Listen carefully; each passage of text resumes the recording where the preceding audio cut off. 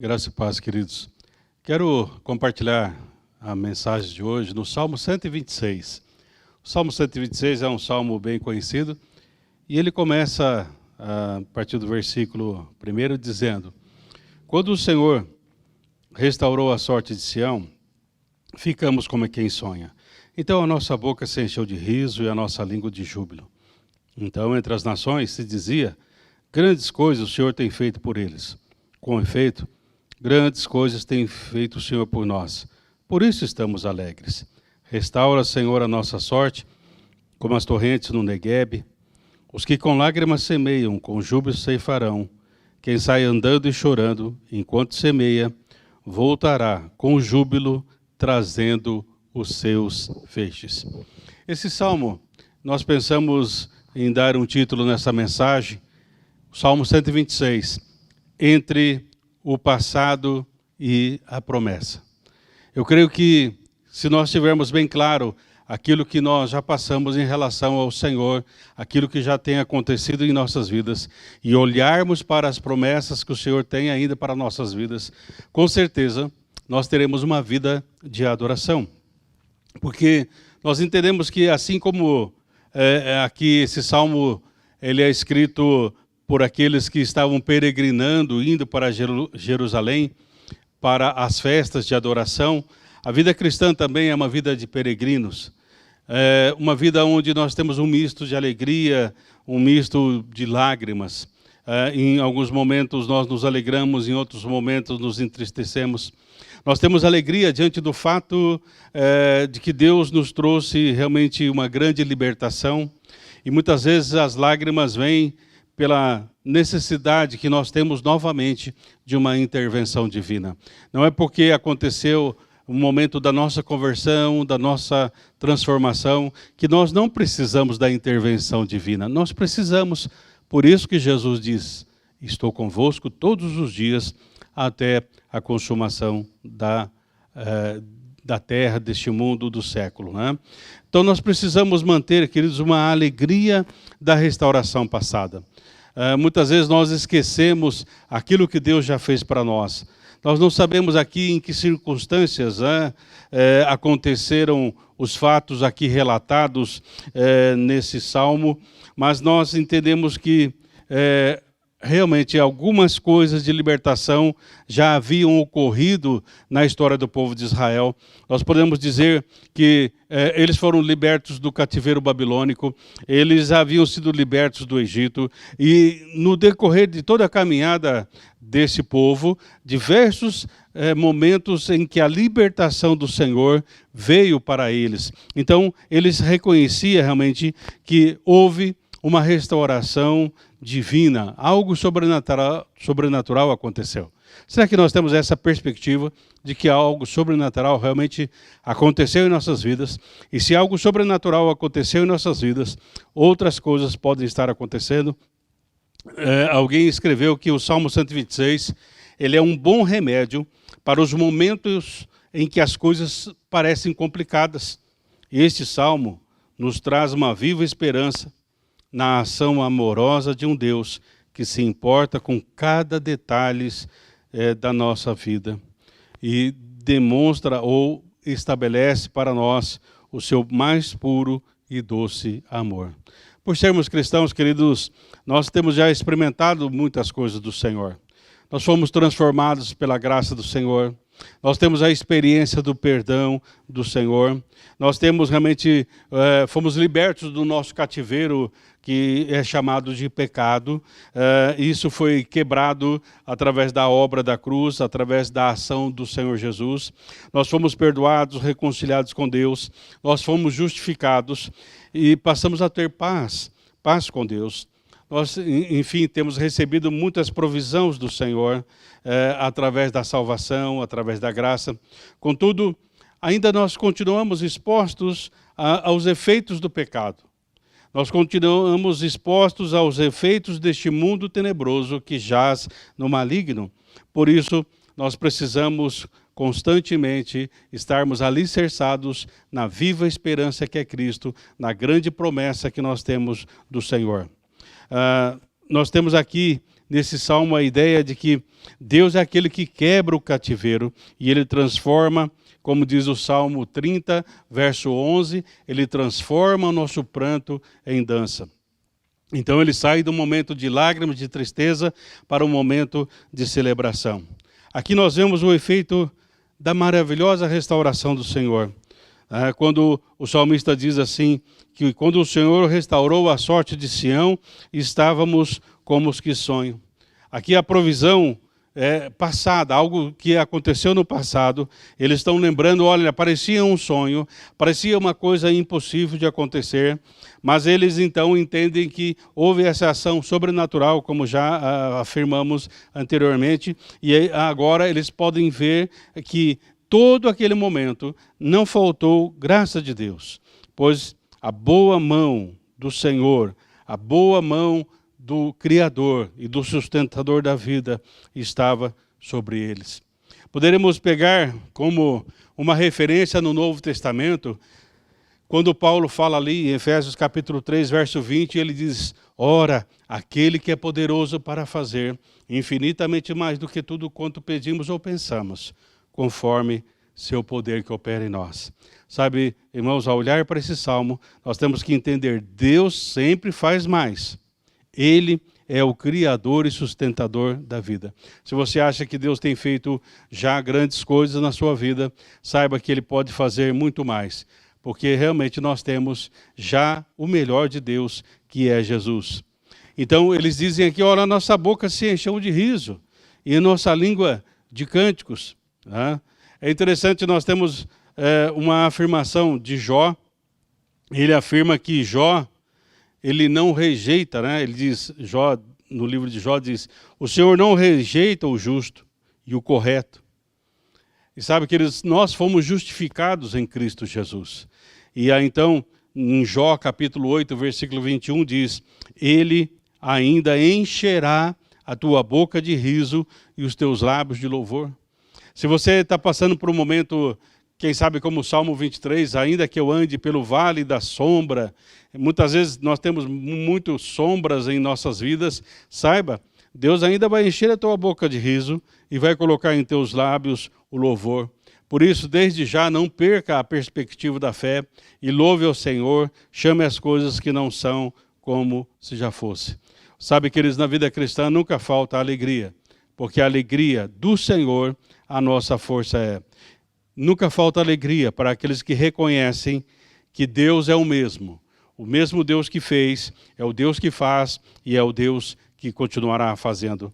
Quando nós lemos o final do livro de Abacuque, o profeta ele faz uma grande afirmação. Depois que ele passa por momentos difíceis, e aí então ele reconhece, sabe, ainda que a figueira não floresça, ainda que isso não aconteça ou aquilo outro não aconteça, no capítulo 3, o verso 18, ele diz, todavia me alegrarei no Senhor. Contudo, independente do que acontecer, eu vou estar realmente me alegrando no Senhor. Por isso eu digo, se realmente tivermos esse tipo de alegria, não faltará alegria na vida do cristão. Ou seja, podemos dizer aqui, baseado no texto de Abacuque, que ele não tem uma fé circunstancial. Ou seja, a fé dele não está baseada, está dando tudo certo, eu tenho fé. Não, ele diz, mesmo que as coisas deem erradas, eu continuarei crendo no Senhor. Paulo, na carta aos Coríntios, na segunda carta aos Coríntios, ele escreve algo parecido com isso, quando ele diz, entristecidos, mas sempre alegres. Por quê? Porque ele se alegrava também no Senhor, assim como Abacuque. Alguém nos diz, que realmente nós precisamos conseguir e permanecer nessa alegria do Senhor. Neemias, que nós citamos já, assim, mas eu quero deixar registrado em Neemias 8, verso 10, diz, a alegria que vem de Deus é mais do que um alívio de satisfação, se torna em fé e força que nos capacita a irmos em frente, transpondo as barreiras. Então, Neemias 8:10 diz que a alegria do Senhor, a nossa força é. Ou seja, é mais do que um alívio e satisfação. É força permanente de Deus que nos leva a transpor as barreiras da vida. Um autor diz, se olharmos como nós éramos antes da graça salvadora, que nós vivíamos sem perspectiva, ou mesmo com tantas coisas, não havia uma satisfação real e profunda, e agora aprendemos a viver contentes em toda e qualquer circunstância, não nos faltará alegria. Queridos, será que nós temos aprendido realmente a viver contente em toda e qualquer circunstância e todavia nos alegrarmos no Senhor? Sabe, reconhecimento que eles receberam é algo impressionante. Me chama a atenção quando eles dizem assim, que no versículo 2, então a nossa boca se encheu de riso e a nossa língua de cânticos. Então, entre as nações se dizia, grandes coisas o Senhor tem feito por eles. Queridos, se nós mantivermos a alegria, isso é um testemunho para o mundo. Ou seja, você não vai precisar falar muitas coisas, mas quando as pessoas percebem que você está satisfeito, que você tem alegria, independente das circunstâncias, independente das sombras que aconteçam, independente que não haja fruto na tua vida, independente que não haja as vacas no curral, enfim, não importa as circunstâncias, as pessoas vão perguntar para você, por que você é uma pessoa feliz, uma pessoa alegre?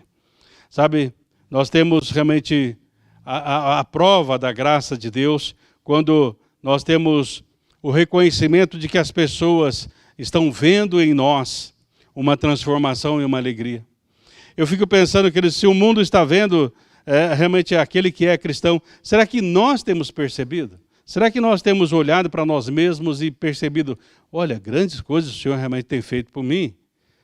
Talvez não está fazendo agora, mas Ele já fez. E se Ele fez, em algum momento Ele continuará fazendo. Será que nós mesmos reconhecemos aquilo que Deus já tem feito?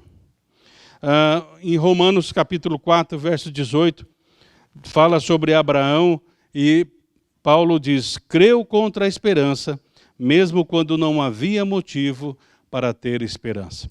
Ou seja, Abraão já era idoso. Sabe, parece que Deus deixou Abraão e Sara ir ao limite. Parece. Mas Deus tem o seu tempo. E quando a força humana se esgotou, a força sobrenatural se manifestou. Sabe, queridos, muitas vezes Deus permite que toda a nossa força humana se esgote, para que o poder seja só dele. Porque Ele diz, na minha glória, eu não darei a outrem. Observe, queridos, que o versículo 3, que diz, com efeito, grandes coisas fez o Senhor por nós. Ele é o único texto aqui que está no tempo presente. Porque os primeiros versículos que nós lemos estão no tempo passado e os restantes, ali a partir do verso 3, o 4 a 6, vai falar de um tempo futuro. E aqui fala do presente. Ou seja, uma expressão de alegria profunda no momento presente, tendo como base aquilo que Deus fez. Então o salmista está dizendo, eu estou me alegrando, porque eu reconheço, no momento agora, o quanto Deus já fez. E o quanto Deus já fez, é o Deus que continuará fazendo. Sabe, queridos, quando Deus faz uma obra de libertação em nossas vidas, isso deve trazer glória e adoração ao Senhor. Assim como nós temos recebido alegria. O Senhor nos dá alegria e nós devolvemos a glória e a adoração ao seu nome. Eu preciso confiar em Deus, que Deus está agindo no presente. Deus não se esqueceu de nós. Assim como quando Daniel orou, e aí então passou-se um momento, e aí veio a resposta, mas o anjo do Senhor disse, olha, Daniel, as tuas orações foram ouvidas no mesmo dia. Sabe, queridos, no mesmo dia que você ora, Deus ouve. Mas não significa que no mesmo dia Deus vai liberar a sua bênção. Há muitas vezes algumas lutas que ainda serão necessárias, mas o Senhor realmente trará a vitória para nós. No versículo 4 aqui ele diz, restaura-nos novamente como as torrentes do Negueb. Esse texto me fez lembrar, realmente quando as correntes do Negueb era assim, havia momentos ali na parte sul de Judá, e era realmente uma terra seca, uma terra árida, era muito ressecado ali. Contudo, havia alguns momentos, ou no inverno ou na primavera, que vinham chuvas ou águas, muitas vezes com o derretimento de neve, coisa e tal, as águas vinham para o canal desse rio Negueb, que estava ressecado, ou chuvas caíam em certo lugar e vinha passando por ali. E naquele momento, é interessante, a terra rachada recebia aquela água e aí de repente começava a brotar plantas, flores, ali à margem daquela terra seca. Sabe, queridos, quando nós temos, não as correntes do Negueb, mas nós entendemos que temos a corrente de águas vivas do Espírito Santo. Aquilo que parece estar ressecado pode florir novamente. Creia nisso. Ah, mas está muito seco, parece que não há solução. Espere no momento certo, e permita ao Espírito Santo, como uma chuva seródia, quem sabe talvez assim lenta, mas constante, regar realmente o solo do teu coração, e você perceberá que haverá uma possibilidade de uma restauração completa. Embora o Negueb era um lugar seco, havia um momento em que havia realmente uma restauração. Deus traz a restauração para as nossas vidas. E isso me faz lembrar Isaías 41, versos 17 e 18, quando o profeta diz o seguinte: quando os necessitados buscam água sem encontrar, e sua língua se seca de sede, eu os ouvirei. Eu, o Deus de Israel, não os desampararei. Sabe, queridos, muitas vezes nós nos encontramos assim, como a descrição que o profeta faz do povo. Uma pessoa que está buscando água, a língua está secando de sede, ou seja, não tem mais saliva na boca. Mas aí o que importa é que diz aqui: eu os ouvirei, diz o Senhor. Eu não vou te desamparar. E aí então, na continuidade do versículo, o 18 diz: vou abrir rios em lugares altos e fontes no meio dos vales. Tornarei o deserto em lagos de águas e a terra seca em manancial de água. Ou seja, queridos, isso é a restauração do Negueb. Mas entenda hoje a restauração do Espírito Santo na nossa vida. Sabe, muitas vezes nós lemos o livro de Atos e nós vemos, olha, o povo orou e veio o Espírito Santo. Sabe, queridos, eu vejo de uma outra maneira essa minha interpretação. Na verdade, o Espírito Santo veio. E aí então tornou a oração algo comum, algo natural na vida daquelas pessoas. Eles não se esforçavam para orar, porque havia uma intimidade muito profunda com o Espírito Santo. Eles que haviam estado há muito tempo ressecados pela vida, pelos dissabores, pela questão do pecado, agora eles foram inundados com rios de águas vivas. E quando as águas vêm, é impossível não florescer, é impossível não dar frutos, é impossível não amar, querer amar o Senhor. Sabe, não importa o deserto ou a secura que tivermos que passar, nunca nos faltará presença de Deus. Se eu o buscar, se eu o reconhecer, nunca faltará essa presença. E Ele é a água viva que dessedenta toda a nossa secura, toda a secura da vida e faz com que a vida vença a morte. A história de um monge carmelita, conhecido como irmão Lourenço, ou irmão Lourenço da Ressurreição, e ele realmente ele era um dos irmãos menores, vamos dizer assim, dentro daquela ordem, e aí então, mas é interessante como ele cultivou muito a presença de Deus. E ele então, numa carta para um amigo, ele diz assim: quando eu me ajoelho,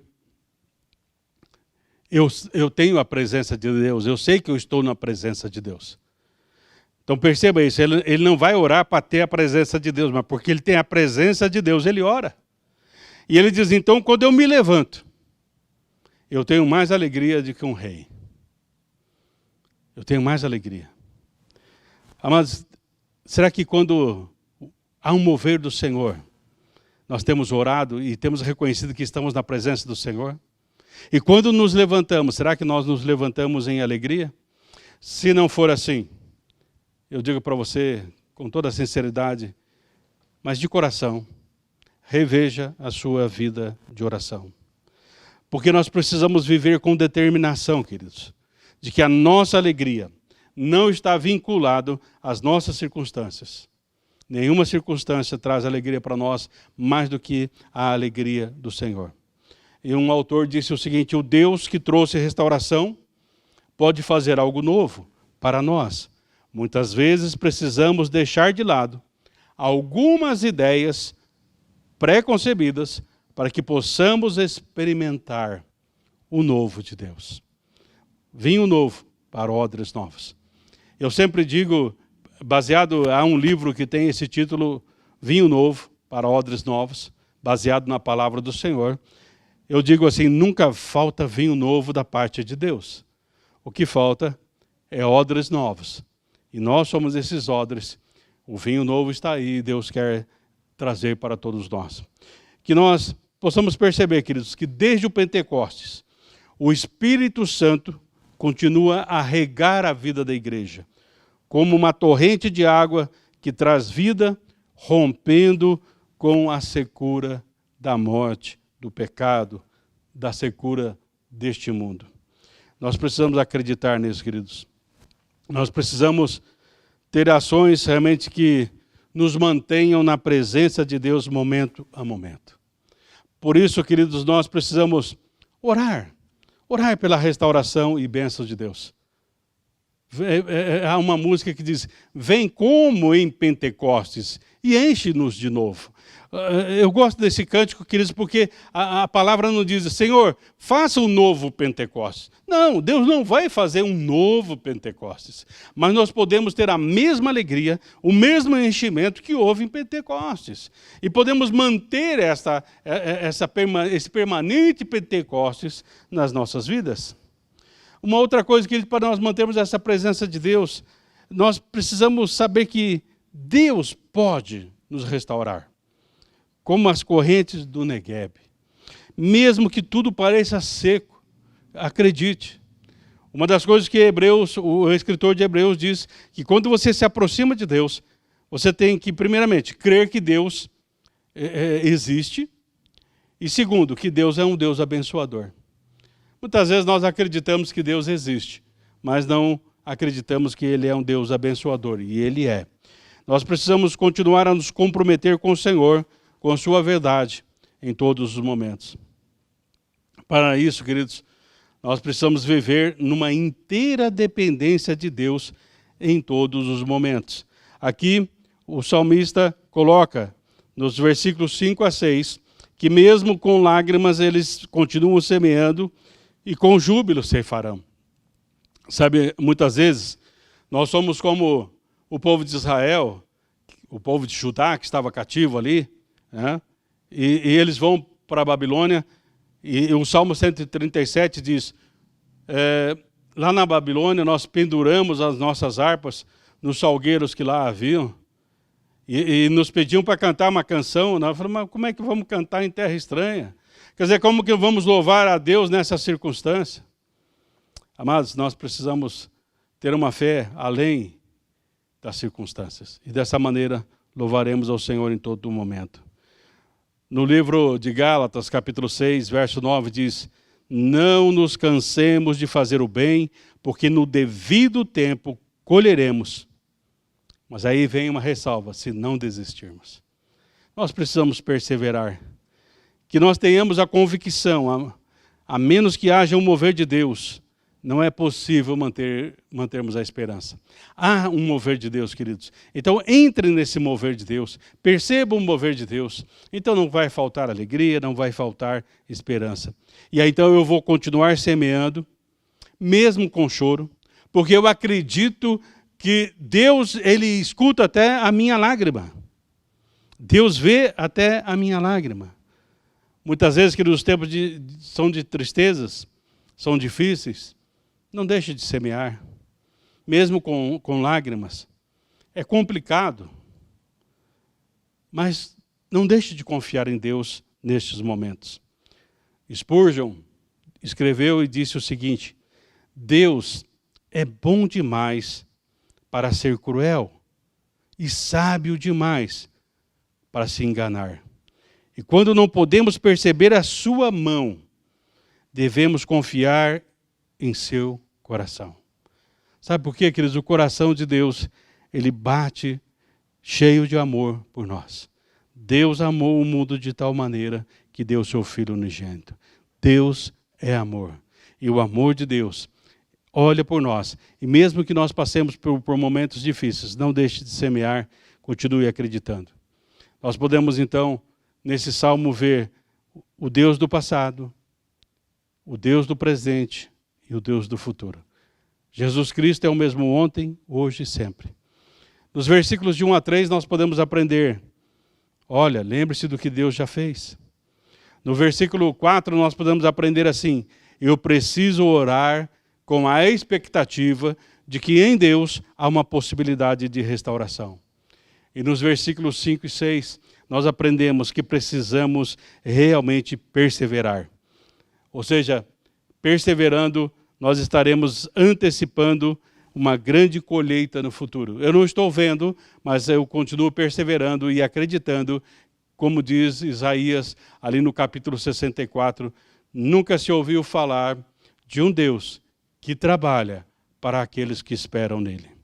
Eu quero encerrar trazendo uma citação de Kai Warren.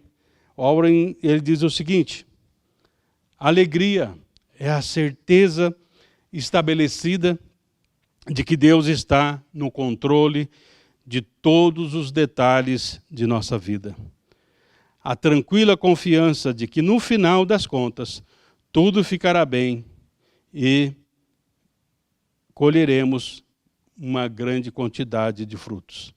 Louvar a Deus, então, em todas as circunstâncias, não será difícil. Irmãos, que realmente você possa ter para a sua vida a perspectiva desse Salmo 126. O Deus que fez, é o Deus que faz e é o Deus que fará. E que, tendo a certeza de que houve uma restauração no passado, de que realmente no passado Deus agiu, e que Deus que agiu no passado é um Deus de promessa, então continue adorando ao Senhor e louvando e engrandecendo o seu nome. Senhor, muito obrigado por esse momento. Eu rogo que a tua graça se estenda sobre todos nós, para que possamos realmente reconhecer o grande feito do Senhor em nossas vidas, o grande feito do Senhor na vida da tua igreja. E mesmo chorando, nós vamos continuar semeando, pois sabemos em quem temos crido, pois sabemos que o Senhor é poderoso. Amém. Deus abençoe.